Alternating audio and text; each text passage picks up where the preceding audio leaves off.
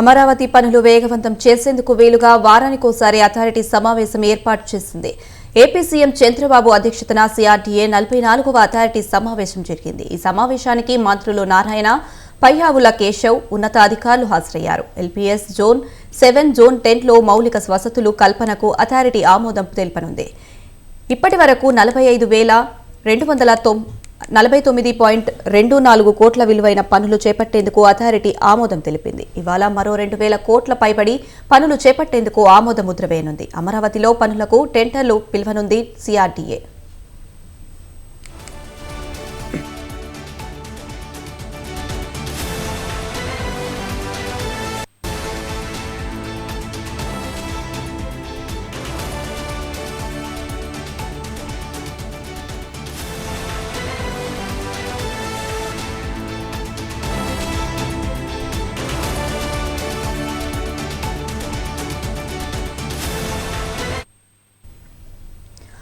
అమరావతి పనులు వేగవంతం చేసేందుకు వీలుగా వారానికోసారి అథారిటీ సమావేశం ఏర్పాటు చేసింది.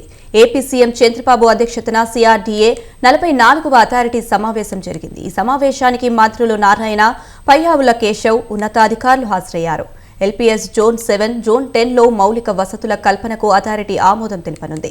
ఇప్పటి వరకు 45,249.24 కోట్ల విలువ అయిన పనులు చేపట్టేందుకు అథారిటీ ఆమోదం తెలిపింది. ఇవాళ మరో 2,000 కోట్ల పైబడి పనులు చేపట్టేందుకు ఆమోద ముద్ర వేయనుంది.